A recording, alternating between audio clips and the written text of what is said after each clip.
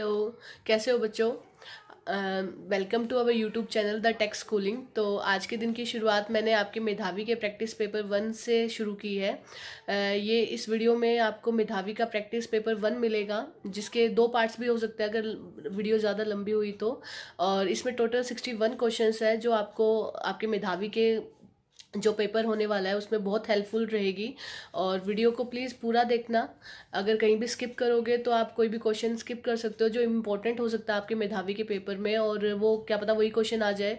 तो स्किप मत करना वीडियो को, जितना ज़्यादा हो सके उतना ज़्यादा अच्छे से देखना और प्रैक्टिस करना। और अगर 2 पार्ट्स हुए तो मैं आपको बता दूंगी।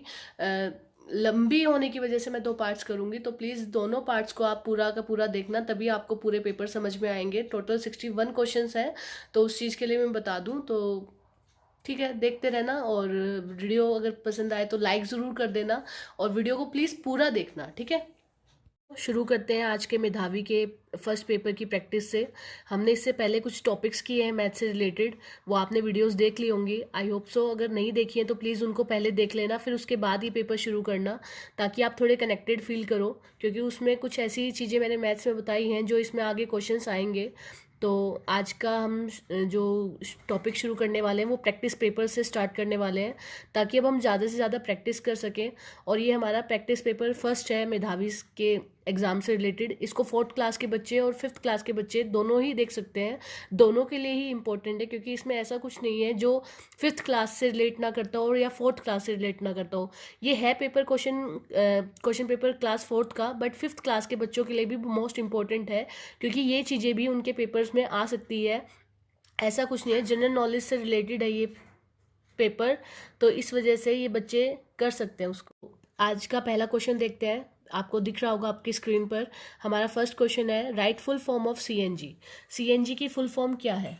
तो सीएनजी की फुल फॉर्म क्या होती है, आई थिंक सभी बच्चों को पता होगा। नहीं पता है उन बच्चों के लिए मैं लिख रही हूँ यहाँ पे, आप नोट डाउन भी कर सकते हो अपनी नोटबुक्स में। तो सीएनजी की फुल फॉर्म होती है बेटा, compressed natural gas. Compressed natural gas. आजकल हर एक गाड़ी में सीएनजी होती है, लगभग सभी गाड़ियों में सीएनजी यूज़ की जाती है, क्योंकि पेट्रोल जिस तरीके से महंगा होता जा रहा है, सबके सब स्विच करते जा रहे हैं सीएनजी की तरफ, और आगे आने वाली जनरेशन्स में इलेक्ट्रिक की तरफ स्विच करना शुरू कर देंगे। तो हमारे लिए जो अभी इम्पोर्टेंट है वो क्या है, CNG, compressed natural gas. Second question देखते हैं बच्चों, 2 states situated in south of India. हमारे भारत के दक्षिणी भाग की में जो 2 स्टेट्स हैं वो कौन सी हैं जो बिल्कुल दक्षिणी में हैं? तो हमारी जो 2 स्टेट्स हैं जो बिल्कुल दक्षिण में लगती हैं वो है आपकी केरला एंड तमिलनाडु। ये वो 2 स्टेट्स हैं जो बिल्कुल साउथ में हैं हमारी इंडिया के, बट और भी स्टेट्स हैं जो साउथ की स्टेट्स कहलाती हैं। वो कौन कौन सी हैं? आपकी कर्नाटका भी है and Andhra Pradesh. I hope so आपको समझ में आ रहा होगा। इस क्वेश्चन में बात की गई थी कि हमारी इंडिया की साउथ की स्टेट्स कौन कौन सी हैं। तो जो 2 स्टेट्स हैं जो बिल्कुल साउथ में हैं वो है केरला एंड तमिलनाडु, और जो बाकी की और भी स्टेट्स हैं वो है Karnataka and Andhra Pradesh. Next question की तरफ चलते हैं। थर्ड क्वेश्चन है हमारा, which city is famous as pink city. सभी बच्चों को पता होगा, ये बहुत ईजी क्वेश्चन है। हमारे देश में जो पिंक सिटी के नाम से जो शहर जाना जाता है वो कौन सा शहर है? तो वो है हमारा जयपुर। और जयपुर कहाँ पे है? राजस्थान में। तो जयपुर जो कहाँ सिचुएटेड है? हमारे राजस्थान में। और राजस्थान हमारे देश का सबसे बड़ा क्षेत्र वाला स्टेट है, मतलब उसके पास बहुत ज़्यादा एरिया है। हमारी सारी स्टेट्स को अगर देखें तो सभी 28 स्टेट्स में से राजस्थान सबसे बड़ी स्टेट्स मानी जाती है इन एरिया। नेक्स्ट क्वेश्चन की तरफ बढ़ते हैं। क्वेश्चन नंबर 4 है बेटा, how many states and union territories in India. Now this time in 2023 की बात करें तो हमारे देश में कितनी स्टेट्स हैं, कितने राज्य हैं और कितनी यूनियन टेरिटरीज हैं, कितने केंद्र शासित राज्य हैं? तो हमारे देश में जो स्टेट्स हैं, जो राज्य हैं वो है 28, और जो यूनियन टेरिटरीज है वो है 8। लिख लो आप साथ के साथ, 28 स्टेट्स हैं और 8 यूनियन टेरिटरीज है, ठीक है। नेक्स्ट क्वेश्चन है which city is famous as Silicon Valley. ये आपकी एसएसटी की बुक में भी क्वेश्चन, आपकी एक चैप्टर है उसमें भी आया था कि आप सिलिकॉन वैली किस स्टेट को नाम दोगे। तो ये है हमारी बेंगलुरु स्टेट, जिसको हम एज ए सिलिकॉन वैली भी बोलते हैं। ठीक है, next, at which coast of which ocean Mumbai situated. हमारे देश के कौन से तट पर मुंबई राज्य स्थित है और कौन से ओशियन में। तो पहले ओशियन की बात कर लेते हैं। हमारे 3 ओशियन हैं जिसने हमारे इंडिया को पेनिनसुला बना रखा है, मतलब हमारी इंडिया को एक एज ए पेनिनसुला कंट्री भी जाना जाता है। क्यों? क्योंकि पेनिनसुला वो एरिया होता है जहाँ पे वो एक साइड से लैंड से घिरा हुआ हो और 3 साइड से पानी से घिरा हुआ हो। ये आपकी डेफिनेशन भी आती है कि what is how you define your peninsula. तो पेनिनसुला वो एरिया होता है जो एक साइड से मतलब क्या कहते हैं उसको, जंगह से घिरा हुआ हो और 3 साइड से पानी से घिरा हुआ हो।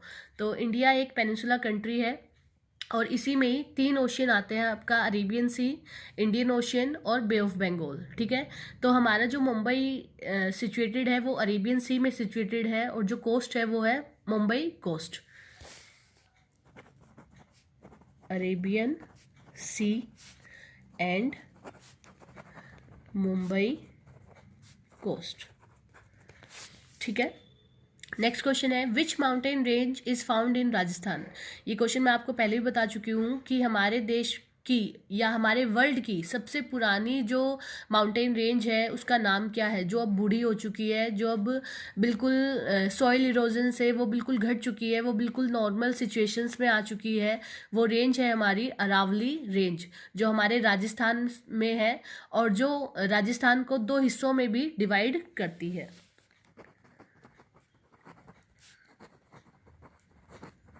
अरावली रेंज।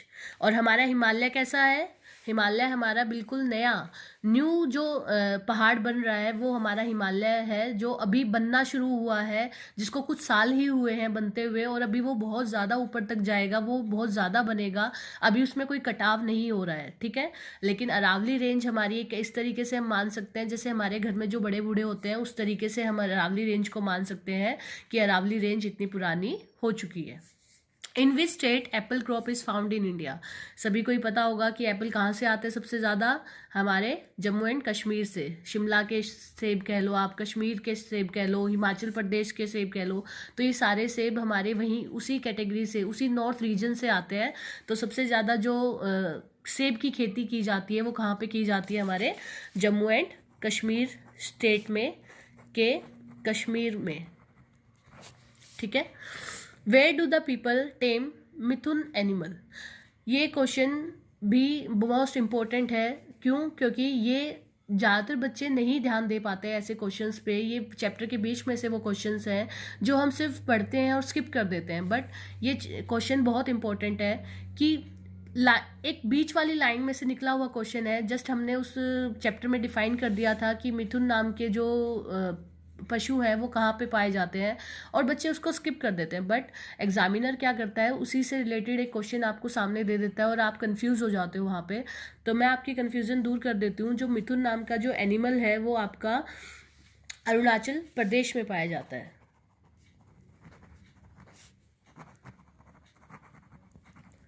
ठीक है बेटा, नेक्स्ट क्वेश्चन है question number 10, on which river Bhakra Nangal dam is situated. हमारा जो भाखड़ा नांगल डैम है, जो ये बांध बना हुआ है, ये कौन सी रिवर पर बना हुआ है?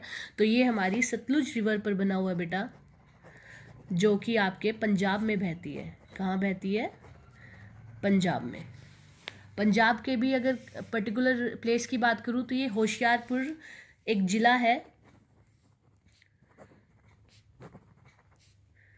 होशियारपुर डिस्ट्रिक्ट है, वहाँ से ये बहना शुरू कर, वहाँ पे ये आपका डैम है। ठीक है, नेक्स्ट क्वेश्चन है which country is called pearl of east.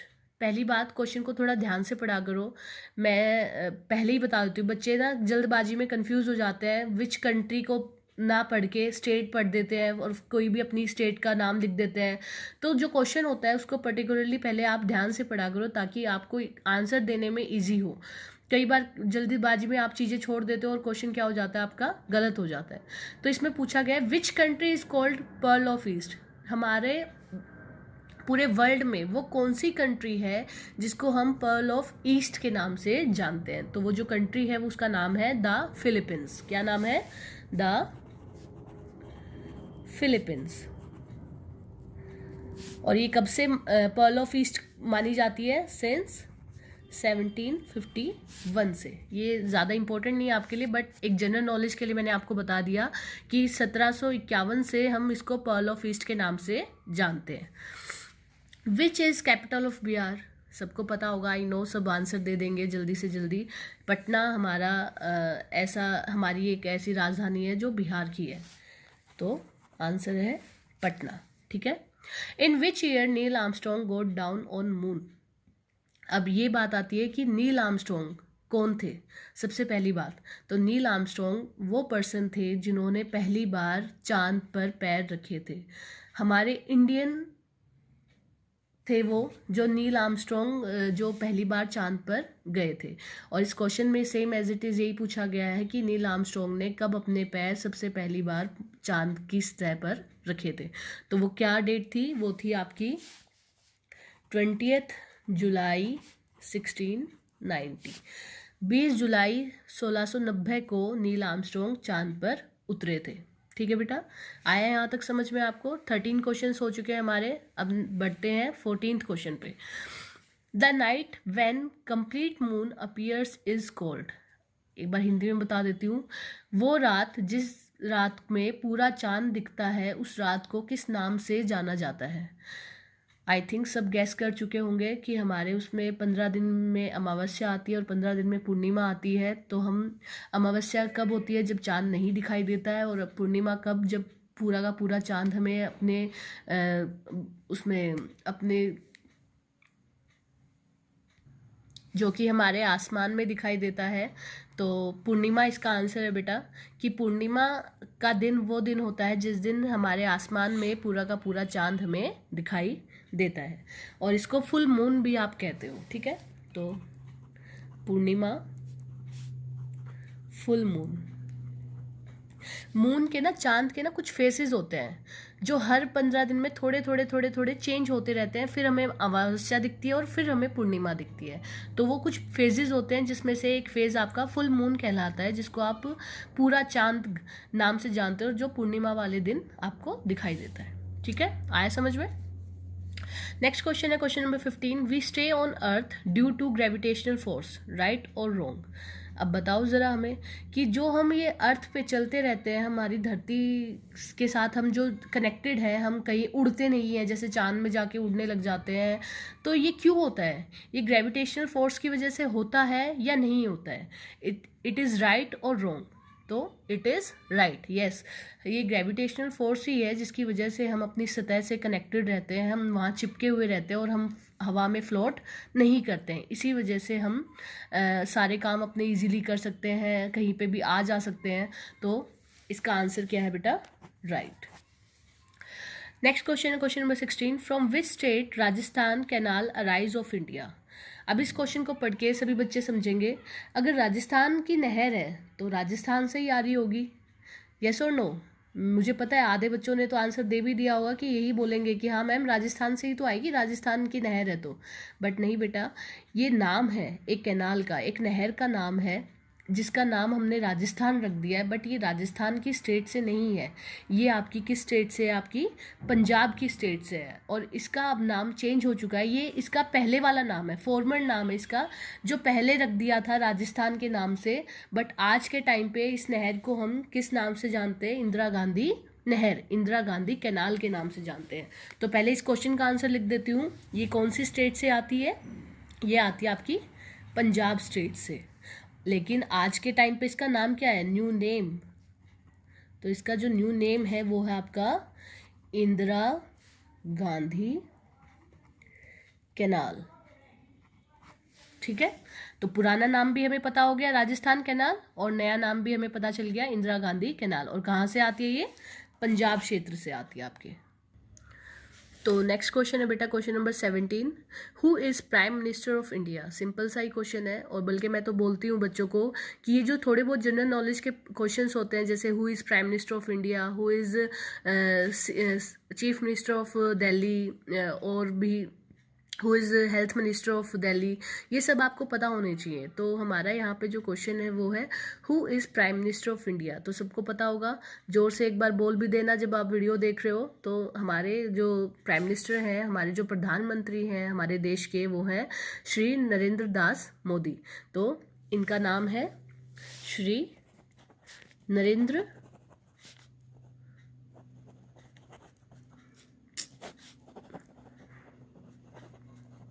Modi.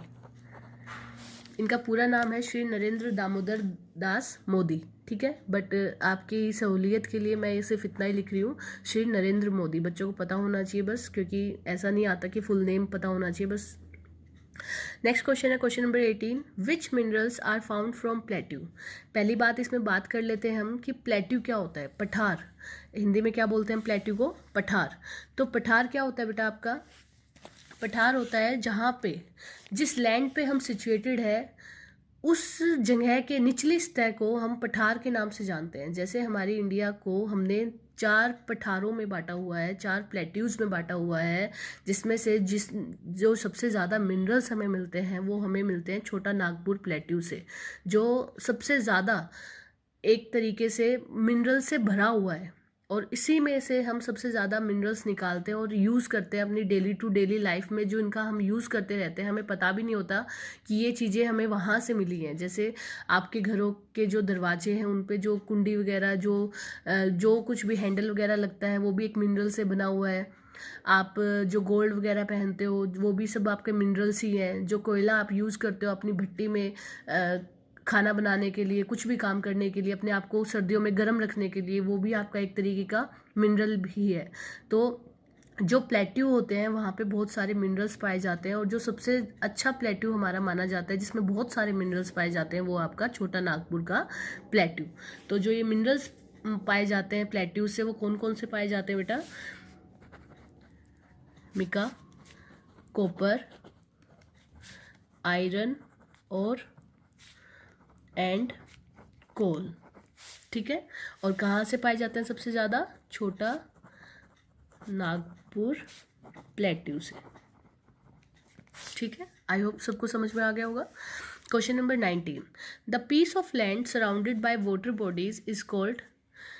वो भूमि का क्षेत्र जो सारी जगह से, सभी जगह से क्या हुआ हो? पानी से घिरा हुआ हो। मतलब पानी है, बीच में सिर्फ एक लैंड एरिया है। आप उस लैंड एरिया को क्या बोलोगे सिंपल भाषा में? आप उसको सिंपल भाषा में क्या बोलते हो? टापू बोलते हो ना। उसी को हम इंग्लिश में क्या बोल देते हैं? आइलैंड। क्या बोलते हैं? आइलैंड। तो आइलैंड एक ऐसा लैंड एरिया है जो सारी जगह से किससे घिरा हुआ होता है? पानी से। नेक्स्ट है question number 20, in which state Kanyakumari situated. Easy question है, सबको पता भी होना चाहिए। बल्कि ये जो स्टेट्स और इनकी कैपिटल्स होती हैं ये सब प्लीज़ याद कर लो, क्योंकि इनके क्वेश्चंस कहीं पे भी आ जाते हैं। जैसे अभी ये पीछे आपने देखा था कि बिहार की कैपिटल पूछी हुई थी, तो ऐसे ही कोई और क्वेश्चन आ जाएगा। ऐसा तो है नहीं भाई बिहार की ही पूछेगा वो हर बार, किसी और स्टेट की पूछ लेगा, गोवा की पूछ लेगा आपसे, पंजाब इसकी पूछ लेगा, हरियाणा की पूछ लेगा। तो ये सब क्वेश्चंस आपको पता होने चाहिए। ये थोड़े थोड़े ऐसे जनरल नॉलेज के क्वेश्चंस होते हैं जो हर एक बच्चे को टाइम टू टाइम रिमाइंड करने चाहिए और उनको याद रखना चाहिए। तो हम बात कर रहे हैं इन विच स्टेट कन्याकुमारी सिचुएटेड। तो कन्याकुमारी कौन सी स्टेट में आपकी? बताओ। तमिलनाडु, ठीक है।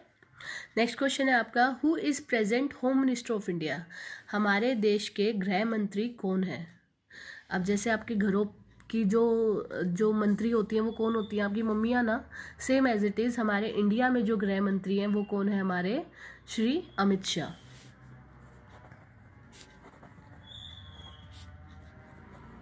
जैसे मम्मियाँ घर चलाती हैं, ऐसे ही अमित शाह हमारे देश को चला रहे हैं, मतलब हमारे एज ए घर इंडिया को चला रहे हैं, ठीक है। What is normal body temperature of a man. Man कर लो, वुमेन कर लो, कोई भी, मतलब नॉर्मल पीपल का जो नॉर्मल बॉडी टेम्परेचर होता है वो क्या होता है, कितना होता है।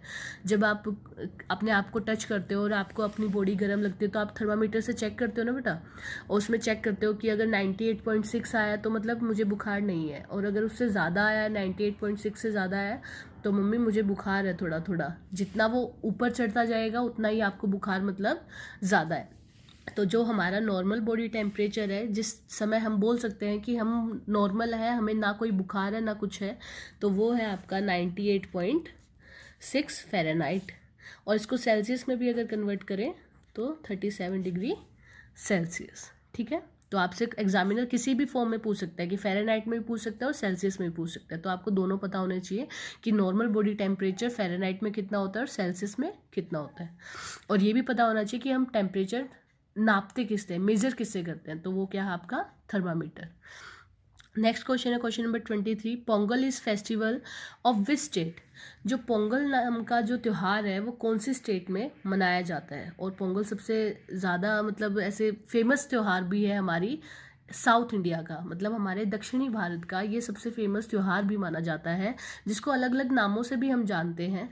तो जिसमें से जो साउथ में जिस नाम से इसको जाना जाता है वो है पोंगल, और ये किस उसमें मनाया जाता है, आपके तमिलनाडु स्टेट में। ठीक है, नेक्स्ट क्वेश्चन है आपका question number 24। In Sarhul festival tree is worshipped. एक ऐसा त्योहार मनाया जाता है हमारे झारखंड राज्य में जिसका नाम है सरहुल, और इसमें एक पेड़ की क्या की जाती है, पूजा की जाती है। एक पेड़ को पूजा जाता है, मतलब वहाँ के लोग, वहाँ की जो जनजातियाँ हैं, जो विभिन्न जनजातियाँ हैं, वो एक सरहुल नाम का फेस्टिवल मनाती है, एक त्यौहार मनाती हैं मिलजुल कर। और उसमें एक पेड़ को इतने विशेष अधिकार दिया हुआ है कि उसको वो पूजते हैं, उसको वो सब कुछ मानते हैं अपना। तो वो जो पेड़ है उसका नाम क्या है। वो दो तरीके के पेड़ होते हैं बेटा, एक उसको आप साल का पेड़ भी बोल सकते हो, और एक सखुआ नाम से एक पेड़ है, उसको उस नाम से भी जाना जाता है। तो झारखंड राज्य की विभिन्न जनजातियां इस त्यौहार को सेलिब्रेट करते हैं। किस त्यौहार को, सरहुल नाम के त्यौहार को, जिसमें एक पेड़ की पूजा की जाती है। वो पेड़ होता है आपका साल का या सखुआ का पेड़। ठीक है, साल ट्री या फिर सखुआ ट्री। और कौन मनाता है इसको, झारखंड के लोग मनाते हैं। तो झारखंड राज्य में ये सेलिब्रेट, ये क्वेश्चन भी आ सकता है कि किस राज्य में सरहुल का फेस्टिवल मनाया जाता है। तो ये आपके झारखंड के राज्य में सरहुल का फेस्टिवल मनाया जाता है। ठीक है, नेक्स्ट क्वेश्चन है question number 25। Of which game Viswanathan Anand is the player. जो हमारे विश्वनाथ आनंद हैं वो किस गेम से रिलेट करते हैं, किस गेम से जुड़े हुए हैं, या किस गेम में उन्होंने इतनी उपलब्धियां हासिल की गई हैं कि उनका नाम हर कोई जानता है। तो वो कौन से किस गेम के प्लेयर हैं, वो आपके चेस नामक गेम के प्लेयर हैं। ठीक है, वो चेस सबसे ज़्यादा अच्छा खेलते हैं और उनको हर कोई जानता है कि वो चेस के महान आर्थी हैं जिनको कोई नहीं हरा सकता। Question number 26। Where do you find to use 24 hour watch. इस क्वेश्चन का मीनिंग एक बार मैं हिंदी में बता देती हूँ। वो घड़ी जहाँ पे आप, वो समय जिसमें आप 24 आवर्स की घड़ी का यूज़ करते हो, मतलब वो एरिया जहाँ पे आप पूरे 24 घंटे जिस तरीके से लिख सकते हो, वो कहाँ पे यूज़ की जाती है। तो हमने एक ईवीएस में एक चैप्टर पढ़ा था ओस्मा की जर्नी, जिसमें आपने ट्रेन का सफ़र उसका देखा था, और उसमें उसने ट्रेन की टिकट्स वगैरह सब दिखाई थी। तो उस ट्रेन की टिकट में जो टाइम लिखा हुआ था उसका, कि उसकी ट्रेन किस टाइम की है, किस टाइम वो पहुंचेगी या किस टाइम वो डिपार्ट करेगी वहाँ से, वो टाइम क्या था आपका 24 आवर्स में लिखा हुआ था। मतलब अगर वो 4 बजे चलने वाली थी तो वहाँ पे लिखा हुआ था 16 आवर। तो इसका मतलब होता है कि जहाँ पे पूरा 24 तक का यूज़ किया जाता है जिस घड़ी में, उसको 24 आवर वॉच बोला जाता है। और वो ज़्यादातर रेलवे स्टेशंस पर रेलवे की कैटेगरी में यूज़ की जाती है। तो इसका आंसर क्या होगा बेटा, इन रेलवेज। ठीक है, आई होप समझ में आ गया होगा। नेक्स्ट क्वेश्चन है question number 27। How many surfaces are there in the book. जो आपकी किताब होती है किताब सबको पता होगी ना, आपकी बुक जो नॉर्मल बुक होती है उसमें कितने सरफेस होते हैं, वो कितने सतह होती हैं उसमें, तो आपकी कितनी सतह होती है ज़रा बताओ मेरे को देख के। उसमें कितनी सतह होती है बेटा आपकी?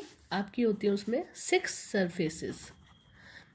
इसके साथ साथ सिर्फ सरफेस नहीं, इसमें और भी 2 चीज़ें होती हैं जो आपकी होती है कॉर्नर और एक होती है एजेस।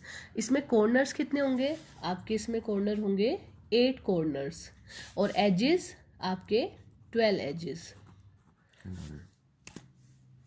ठीक है, तो हमारी बुक में कितने होंगे? तो बेटा मैंने बताया जैसे कि 6 सरफेसेस होती हैं, 8 कॉर्नर्स होते हैं, 12 एजेस। तो बता देती हूँ किस तरीके से।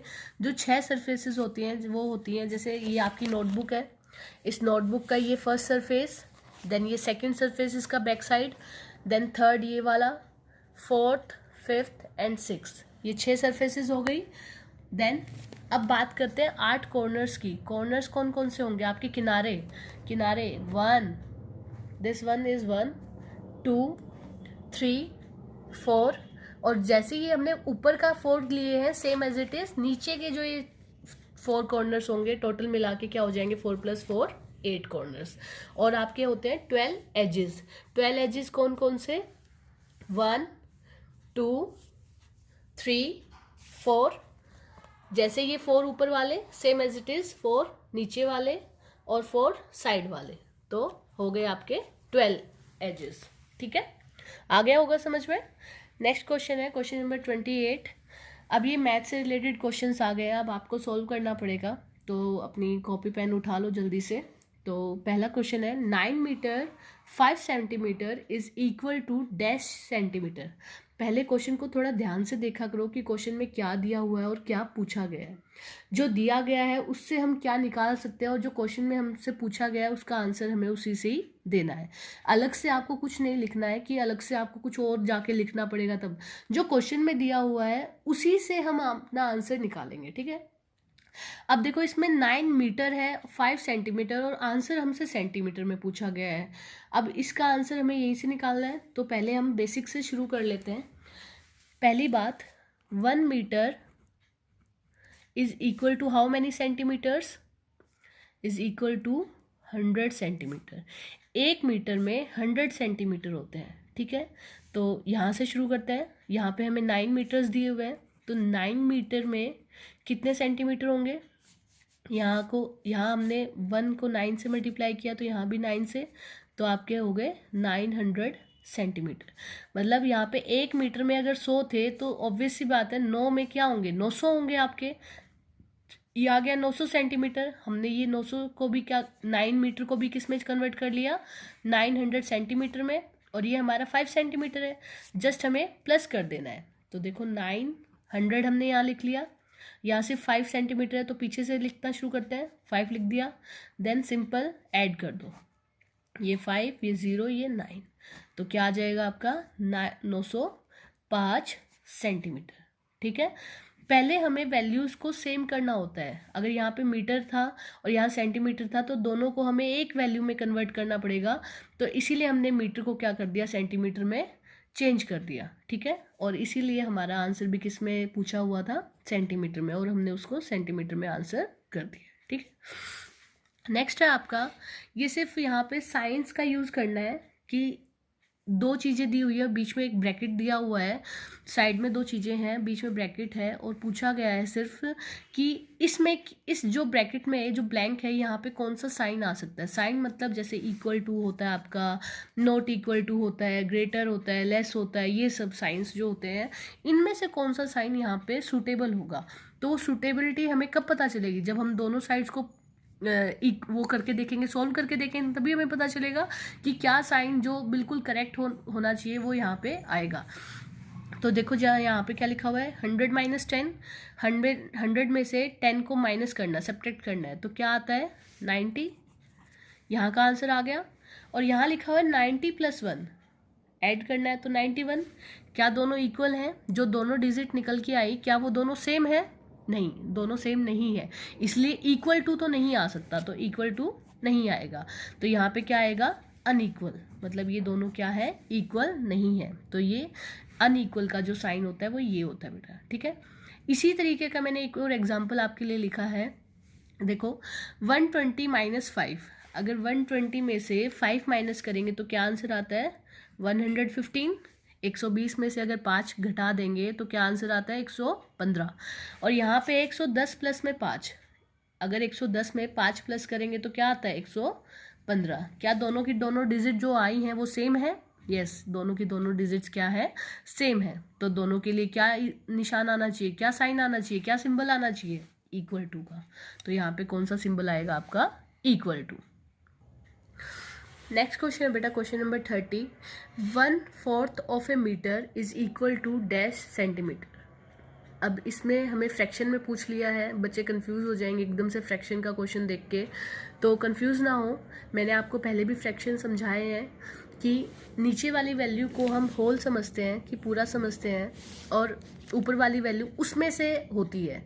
तो ये जो 4 हैं, ये 4 हमारे पास पूरे हैं, उसमें से एक वैल्यू हमें बतानी है। तो 4 में से एक वैल्यू क्या होती है, एक ही होती है। 4 में से 2 वैल्यू कितनी होंगी, 2 होंगी। 4 में से 3 वैल्यू कितनी होंगी, 3 होंगी। और 4 में से 4 वैल्यू कितनी होंगी, मतलब पूरा का पूरा। तो ये कुछ 4 दिए हुए थे जिसमें से हमें सिर्फ क्या बताना है, एक की वैल्यू बतानी है। और ये क्या है, 4 मतलब 1 मीटर में कितने सेंटीमीटर होते हैं बेटा, 100 सेंटीमीटर। तो ये एक पूरा था जिसमें से हमें सिर्फ एक की वैल्यू देनी है। तो जो 4 को हम 100 को हम 4 भागों में डिवाइड करेंगे, 4 पीसीस में डिवाइड कर देंगे, तो हर एक पीसीस कितने कितने का आएगा, 25, 25 और 25 का। अगर 4 बार हम 25 को प्लस करेंगे तो हमारा कितना बन जाता है, 100 बन जाता है। तो ये जो 4 पीसीस थे, इसमें से हमसे सिर्फ एक पीस के बारे में पूछा है, तो ये एक पीस कितना होगा बेटा, 25। तो 1/4 ऑफ ए मीटर मतलब 1/4 हिस्सा ऑफ ए मीटर, मीटर कितना होता है, 100 सेंटीमीटर होता है, तो 25 सेंटीमीटर। ठीक है। What is place value of 8 इन 687? पहले बात कर लेते हैं, ये 2 तरीके की वैल्यूज होती है, एक प्लेस वैल्यू होती है और एक फेस वैल्यू होती है। देखो मैं बता देती हूँ आपको, पहली है प्लेस, दूसरी है फेस। जैसे कि आप नाम से ही जान सकते हो, प्लेस वैल्यू जिस स्थान पे वो बैठी है वो वैल्यू, फेस वैल्यू जो वो दिख रही है वो वैल्यू। ठीक है, अलग अलग समझ में आ गया। प्लेस जो स्थान है उसका, फेस जो वो दिख रही है सामने से वो वैल्यू। तो ये हमें एक 687 की एक संख्या दी हुई है जिसमें हमें 8 के बारे में डिफाइन करना है कि उसकी प्लेस वैल्यू क्या है और उसकी फेस वैल्यू क्या है। प्लेस वैल्यू देखो पीछे से करना शुरू करते हैं हम, 1s, 10s, 100, ये हमने इनकी वैल्यू दे दी कि जो 7 है वो 1s की वैल्यू पे बैठा है, 8 10s, 6 100। तो जो इसकी प्लेस वैल्यू होगी वो क्या होगी आपकी 80। ठीक है। और जो तो बेटा प्लेस वैल्यू निकालने का एक इजी तरीका और एक और बताऊं, जैसे कि जो हमने ये लिखा, इनका जो स्थान लिखा हमने, जो वैल्यू लिखी 1s, 10s, 100, उसी हिसाब से हमें अगर 8 की वैल्यू फाइंड आउट करनी है तो हम प्लेस वैल्यू में क्या करते हैं, जिसकी भी हमें वैल्यू फाइंड आउट करनी होती है वो लिख के जो भी बाकी और डिजिट्स बची होती है उनके साथ हम क्या लगा देते हैं, 0 लगाते हैं। उनके प्लेस पे हम क्या लगा देंगे, 0 लगा देंगे। जैसे यहाँ में 8 की वैल्यू फाइंड आउट करनी थी, हमने 8 लिखा सेम एज इट इज, और जो पीछे जो भी रह गया उसकी जगह हमने क्या लिख दिया, 0। आगे जो रह गया उसकी जगह भी 0 लिख सकते हैं, बट उसकी कोई वैल्यू नहीं निकलेगी, इसको 80 ही माना जाएगा, 0 80 नहीं पढ़ा जाएगा। इसीलिए जो वैल्यू जिसकी हमें निकालनी है, जिसकी प्लेस वैल्यू हमें निकालनी है, उसको एज इट इज लिख के बाकी सबको क्या लिख देंगे, हम 0 लिख देंगे। ठीक है, तो वो उसकी क्या आ जाती है, हमारी प्लेस वैल्यू आ जाती है। और फेस वैल्यू जैसे आप जिसको जिस तरीके से देखते हो उस तरीके की उसकी वो वैल्यू होती है। तो हम यहाँ पे 8 को किस तरीके से देख रहे हैं, 8 के ही तरीके से देख रहे हैं। हम उसको ना तो 5 मान रहे हैं, ना 3 मान रहे हैं, ना 2 मान रहे हैं, उसको हम 8 ही मानते हैं। तो हम उसकी फेस वैल्यू क्या लिख देंगे, 8। ठीक है।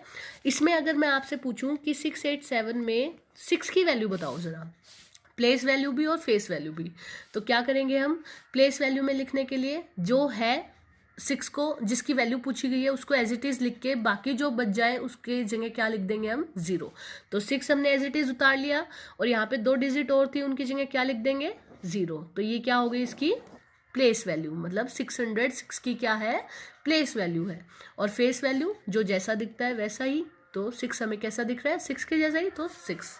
ठीक है। आ गया होगा समझ में।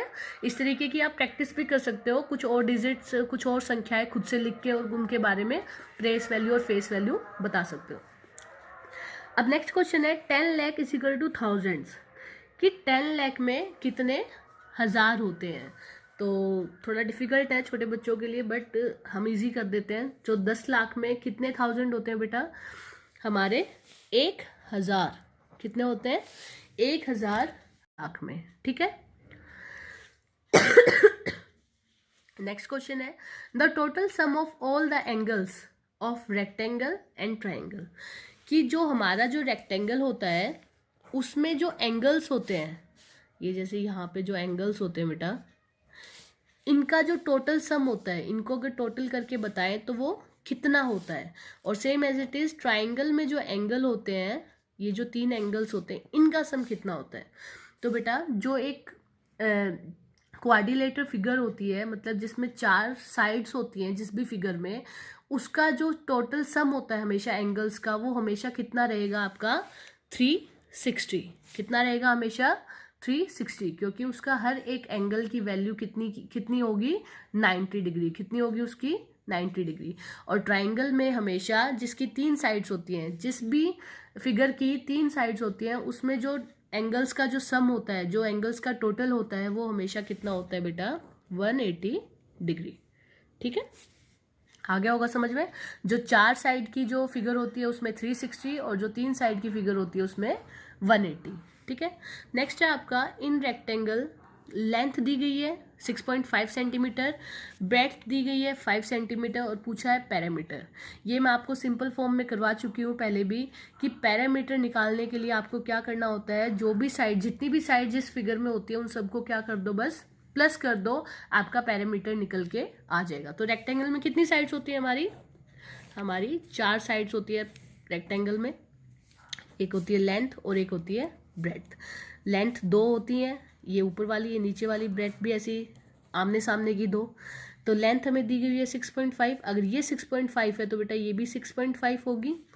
ब्रेड्थ हमें दी गई है 5 सेंटीमीटर, अगर ये 5 सेंटीमीटर है तो ये भी कितनी होगी 5 सेंटीमीटर। और पैरामीटर क्या होता है, इन सब का जोड़, इन चारों साइड्स को अगर प्लस कर देंगे तो हमारा क्या निकल के आ जाएगा, पैरामीटर निकल के आ जाएगा। तो सिंपल है जोड़ना, 6.5 plus 6.5 plus 5 plus 5 is equal to, तो 6.5 और 6.5 कितना हो गया 13 हो गया, 5 प्लस 5 क्या हो गया 10 हो गया, 13 और 10 23 सेंटीमीटर। तो ये हमारा क्या आ गया, पैरामीटर आ गया।